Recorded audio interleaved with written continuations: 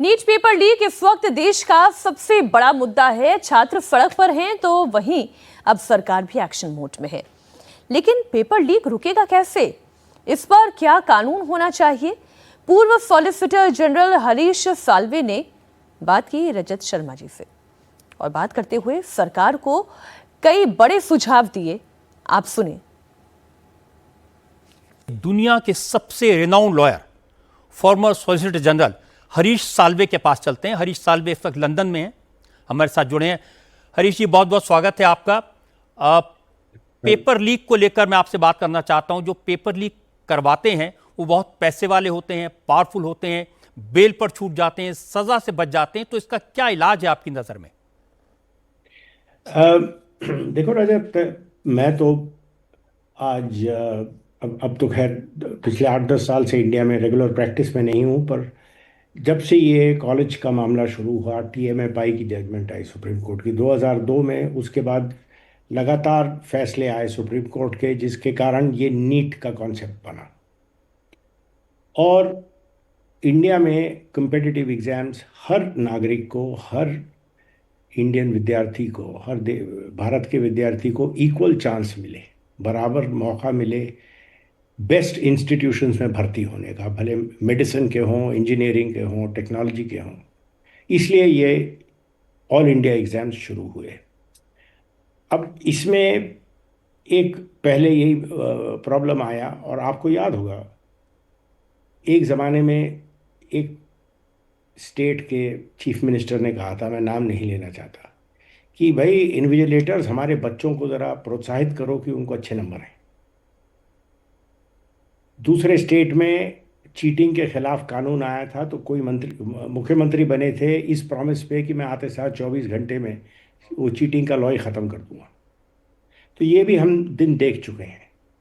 एक याचिका आई थी सुप्रीम कोर्ट में, मुझे अब माननी, अल्टीमेटली फैसला क्या हुआ, 2-3 स्टेट, मेरे ख्याल से महाराष्ट्र एक थी, एक तमिलनाडु थी, जिन्होंने सुप्रीम कोर्ट में ये कहा कि भाई हमको ये नेशनल एग्ज़ाम से अलग करिए, क्योंकि आप देखिए हमारी यूनिवर्सिटीज़ किसी से कम नहीं, पर लगातार अगर रिजल्ट के एनालिसिस करो तो हमारे बच्चे इनमें नीचे आ रहे हैं और दूसरी यूनिवर्सिटीज़ के ऊपर जा रहे हैं। तो इस पे एक सवाल खड़ा हुआ था कि जो सेंटर्स होते हैं एजुकेशन, जहाँ ये एग्ज़ाम होते हैं, शुरू तो हुआ था कि दिल्ली में होंगे, फिर सब ने कहा ये मुमकिन नहीं कि बच्चे पूरे भारत से दिल्ली में आए एग्ज़ाम देने वगैरह। अब ये सब मुद्दे हैं, इसका कोई आज तक स्ट्रक्चरल सॉल्यूशन हमने निकाला नहीं है। एक स्ट्रक्चरल सॉल्यूशन के मेरे हिसाब से 3 भाग होंगे।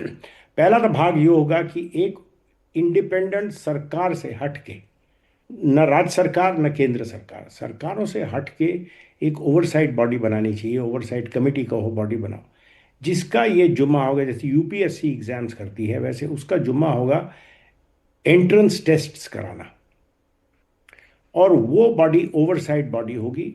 भले अगर इंस्टीट्यूशनल एंट्रेंस टेस्ट हो, जैसे आईआईटीज़ में हम कराते हैं, या ऑल इंडिया इंस्टीट्यूट जैसे ये एनईटी का एग्ज़ाम हो, या बाकी प्राइवेट उसका।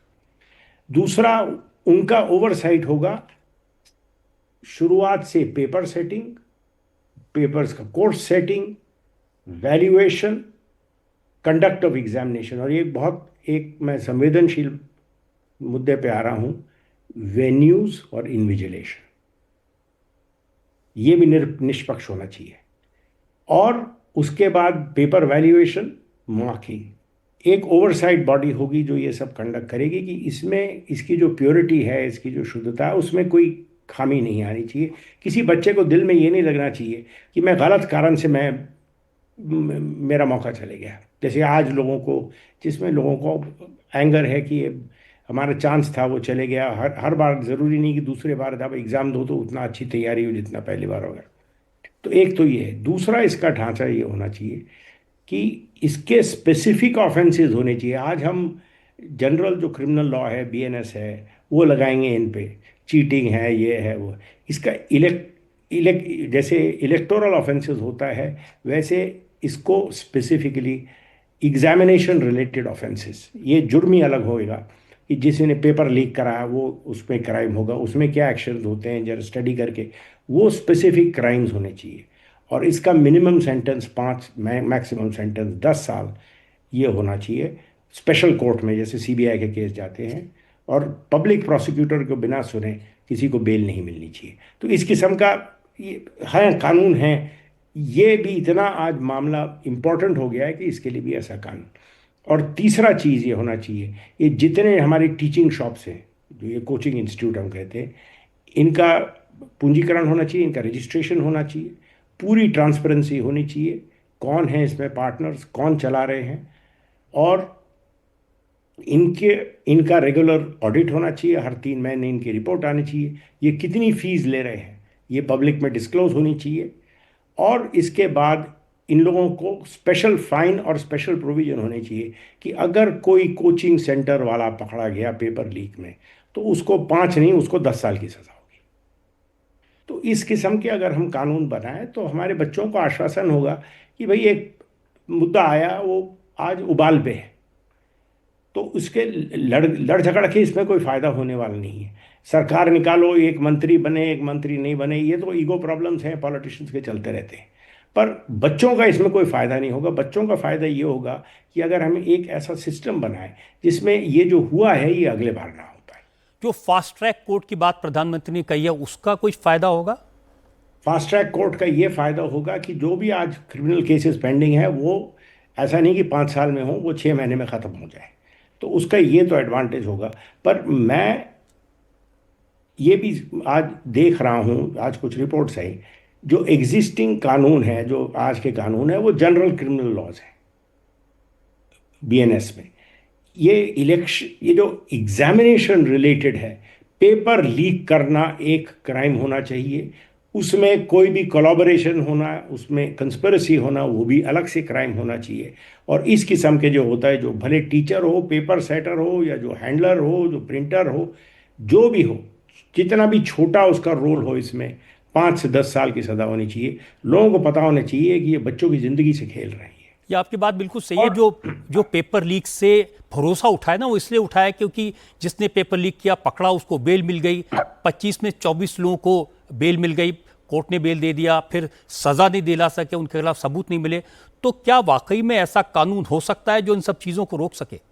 देखिए, आज ऑफेंस क्या है, आज जो आप जुर्म उनको किस ऑफेंस के लिए पकड़ा है? जो जनरल लॉ में ऑफेंस है, cheating, interfering with public service, ये जनरल कानून है। ये जनरल कानून उन पे लगेंगे, इसमें जनरली बेल मिल जाती है, उनको भी बेल मिल रही है। ये जो कानून का ढांचा बनेगा, इसमें ये भी होना चाहिए कि बेल तब मिलेगी, आप हायर स्टैंडर्ड कर दीजिए कि बेल तब मिलेगी जब, जैसे पीएमएलए में है, कि आपको ये दिखाना पड़ेगा कि आपके खिलाफ कोई केस नहीं, क्योंकि आप वापस। और दूसरा ये होना चाहिए, जिसके खिलाफ केस रजिस्टर हुआ, अगर वो बाइज्जत बरी नहीं हो, उम्र भर वो आदमी को किसी एग्ज़ाम और एजुकेशन रिलेटेड इंस्टीट्यूशन से और एक्टिविटी से बर्खास्त होना चाहिए। हाँ, तो कानून का थोड़ा खौफ हो, लेकिन अब क्या करें? जिन एमपीज को कानून बनाना है वो तो पार्लियामेंट बहस करने को तैयार ही नहीं है, पार्लियामेंट चलती नहीं है। वो कभी पीएम के घर के बाहर धरना देते हैं, कभी बस में बैठ के चले जाते हैं। तो पार्लियामेंट कैसे कानून बनाएगी? देखिए, पार्लियामेंट में मैं तो ये कह रहा हूँ, ये ऐसा है, इसको अगर शांत करना हो, एक तरीका ये है, सरकार ऑर्डिनेंस ले आए, तो बच्चों को ये तो दिखे ना कि भाई सरकार सीरियस है। ऑर्डिनेंस ले आए, 6 महीने तक रहेगी, इनको कहें कि भैया आइए पार्लियामेंट में, इस पर बहस करिए, आप अपने सुझाव दीजिए। क्योंकि ये जो प्रॉब्लम है, ये इसमें पार्टीसन प्रॉब्लम नहीं है, ये कोई पॉलिटिकल पार्टीज में डिवाइड नहीं है, कोई इसमें पॉलिटिकल आइडियोलॉजिकल इशू नहीं है। आइडियोलॉजी तो सबकी एक है कि बच्चों के लिए जितनी सुरक्षा दे सके उतनी देना चाहिए। तो ऑर्डिनेंस में निकाल दें कानून, आए, इनको 6 महीने के अंदर इनको कहें आइए पार्लियामेंट में बैठिए, आप इनमें सुझाव दीजिए, आप चाहिए तो उसको सिलेक्ट कमेटी में भेजना चाहते हैं, सिलेक्ट कमेटी में भेज दीजिए, उनका सुझाव आ जाएगा, वो स्टेक होल्डर्स को सुनेंगे, 3 महीने के अंदर वो सब प्रोसेस खत्म हो जाएगा, 6 महीने के अंदर इसका कानून बन जाएगा। आज एम.के. स्टालिन ने एक आर्टिकल लिखा है जिसमें उन्होंने कहा कि अमेरिका में, कनाडा में, ऑस्ट्रेलिया में, जर्मनी में, वहाँ नीट जैसा कोई नेशन वाइड एग्जाम नहीं होता। वहाँ जो स्कूल की परफॉर्मेंस है, इवेल्युएशन है, उसके आधार पर एडमिशन मिल जाता है। तो क्या ऐसा सिस्टम हमारे लिए बेहतर हो सकता है? ये बड़ा एक सेंसिटिव इशू है, पर आपने रेस किया है तो मैं इसका जवाब देना चाहता हूँ। मेरे ख्याल से, मेरे रिकलेक्शन से, अब कई साल हो गए, तमिलनाडु स्टेट ने ये पक्ष रखा था सुप्रीम कोर्ट में कि ये हमको नीट से छुटकारा दीजिए, क्योंकि इसमें हमारे स्टूडेंट्स नीचे हो रहे हैं।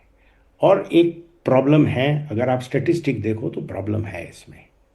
तो नीट का सुप्रीम कोर्ट ने किस लिए कहा था, और जिसको कहते हैं ना ये सॉल्यूशन है, वो सॉल्यूशन में भी एक प्रॉब्लम है। सुप्रीम कोर्ट ने कहा था कि आप अगर स्कूल बेसिस पे जाओगे तो हमारे स्कूल्स के स्टैंडर्ड नहीं है, हर स्टेट में स्टेट बोर्ड का स्टैंडर्ड इक्वल नहीं है, अब एजुकेशन स्टेट सब्जेक्ट है, तो उसके उसको आप इक्वेट नहीं कर सकते। एक स्कूल बोर्ड में 100 में से 90% आना और दूसरे बोर्ड में 100 में से 90% आना का मतलब ये नहीं कि आपको दोनों का इंटेलेक्चुअल कैलिबर एक है। तो इसलिए सुप्रीम कोर्ट ने ये कहा था कि आप एक नेशनल एग्जामिनेशन करिए।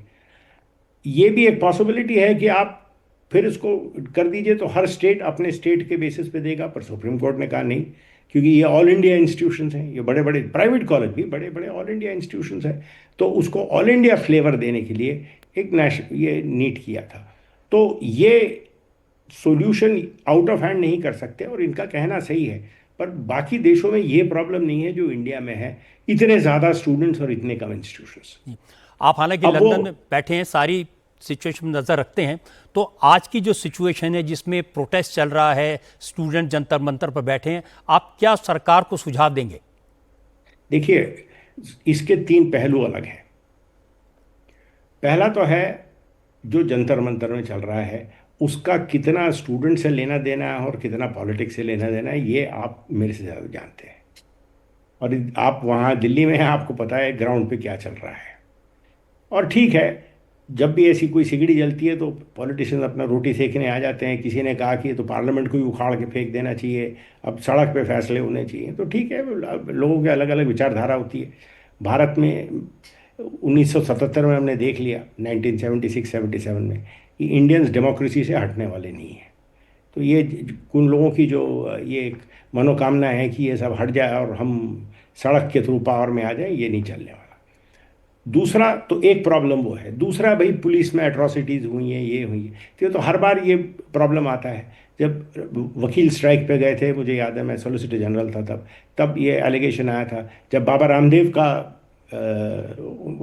तब चिदम्बरम साहब होम मिनिस्टर थे, जब बाबा रामदेव का वो आंदोलन चल रहा था तब ये झगड़ा हुआ था। जब केजरीवाल जी के साथ हुआ था तब ये झगड़ा चल रहा था, तब ये हुआ था। तो हर बार ये पुलिस एक्सेसेस, बेचारे पुलिस वाले बीच में फंसते हैं, क्योंकि आप जाते हो वहाँ जंतर मंतर में, उससे आप कहते हो उनको पार्लियामेंट में घुसना है, उनको आदेश दिया है कि किसी को आने मत देना, वो बैरियर तोड़ते हैं, तो ये झगड़ा तो होता है। और पीछे से 4 आदमियों ने पत्थर मारा, वहाँ फ्रैकस हो जाता है। तो पुलिस ने सही किया गलत किया, वो एक बिल्कुल अलग पहलू, ये दोनों अलग हैं। जो आपने कहा कि जो स्टूडेंट्स के खिलाफ एक्शन नहीं लेना चाहिए, मेरे को आज 45 साल के ऊपर हो गए भारत के कोर्ट्स में काम करते हुए, आज तक मैंने किसी प्रोटेस्टर को जेल जाते नहीं देखा।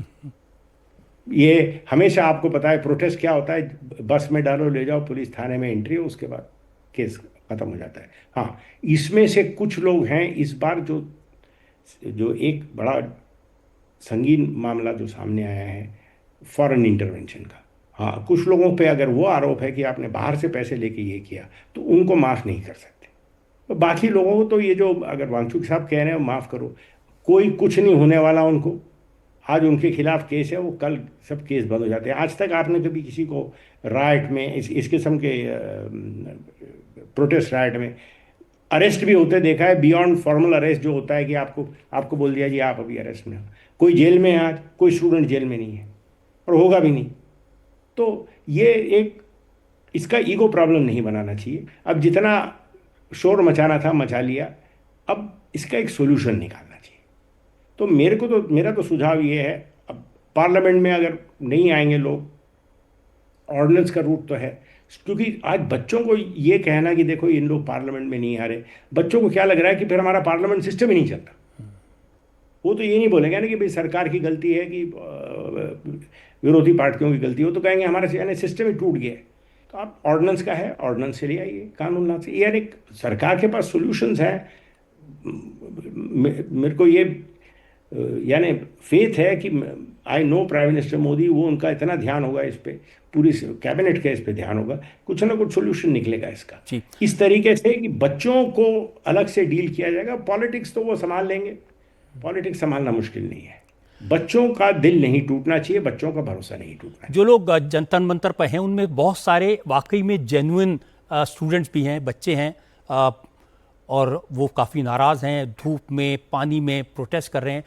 उनको आपकी क्या सलाह है? तो उनको देखिए, सरकार अगर कुछ करती है, कोई ठोस कदम उठाती है, कोई ऑर्डिनेंस लाती है, और उनको थोड़ा एजुकेट भी करना पड़ेगा कि भाई ऐसा नहीं, कुछ नहीं हुआ है। अब आज दिक्कत यह है, आप आज कानून लाके किसी को पनिशमेंट नहीं दे सकते। अगर आज वो कानून आएगा 10 साल सजा का, तो अगली बार लगेगा वो, क्योंकि रेट्रोस्पेक्टिव क्रिमिनल लॉ नहीं हो सकता। अब जो भी है सिचुएशन आज ये है, इसकी एक थॉरो इंक्वायरी ऑर्डर कर दीजिए। आप कहते हैं किसी की इंक्वायरी कमीशन बिठानी है, इंक्वायरी कमीशन बिठा दीजिए कि भाई ये क्यों हुआ ये। तो इसमें, और जो भी इसमें रिस्पॉन्सिबल पाया जाएगा, उन पे जो भी कानून दंड देता है वो उस पर एक्शन होना चाहिए। इसका ईगो प्रॉब्लम नहीं बनाना चाहिए। तो बच्चों को ये समझाया कि ये जो हुआ है, इसकी अगर आप चाहो तो पूरी जांच करवा लो, इसकी आप चाहो तो पूरी इसकी एक थॉरो इंक्वायरी करा लो, और आगे बढ़ के ये ना हो उसके लिए हम ऐसा कानून लाने को राजी हैं। कानून का ये ड्राफ्ट ऑर्डिनेंस है, ये या ड्राफ्ट तरीका है। सरकार को कम्युनिकेशन में कोई यानी कमी नहीं है। ये सरकार की कम्युनिकेशन स्किल्स बहुत ज़बरदस्त है। वो बच्चों से जाके कम्युनिकेट करें और कहो भाई शांत हो जाओ, आपको यहाँ बैठ के कुछ यानी जो आपको चाहिए थे हम आपको सब देने को तैयार हैं। तो क्योंकि बच्चों से तो कोई झगड़ा ही नहीं है। जहाँ तक पॉलिटिक्स रहा, वो पॉलिटिक्स को तो सरकार संभाल लेगी, क्योंकि वो उनका रोज का काम है। हरीश साल्वे, आपकी बहुत रिस्पेक्ट है और मैं समझता हूँ कि आपने जो कहा वो बात सरकार भी ध्यान से सुनेगी और जो स्टूडेंट्स प्रोटेस्ट करें वो भी ध्यान से सुनेंगे। आपका बहुत बहुत शुक्रिया। हरीश साल्वे की बात सही है कि पेपर लीक मामले में किसी मंत्री को हटाने से कुछ नहीं होगा। ज़रूरी है कि सिस्टम को बदला जाए। एग्जाम का सिस्टम ऐसा होना चाहिए जिससे किसी बच्चे के मन में कोई शक ना हो। हरीश साल्वे ने अच्छा सुझाव दिया, एक ऐसी बॉडी बने जो इंडिपेंडेंट हो, ऑटोनोमस हो, और यही बॉडी पूरे देश के एग्जाम कराए। दूसरी बात उन्होंने कही कि पेपर लीक के खिलाफ एक अलग कानून बने, क्योंकि मौजूदा कानून में आरोपियों के बचने की पूरी संभावना है, सजा कम है, आसानी से बेल मिल जाती है। नए कानून में ये सारी कमियां दूर हों, बेल का प्रोविजन खत्म हो, उम्र कैद की सजा हो। उम्मीद है सरकार इन सारी बातों पर विचार करेगी।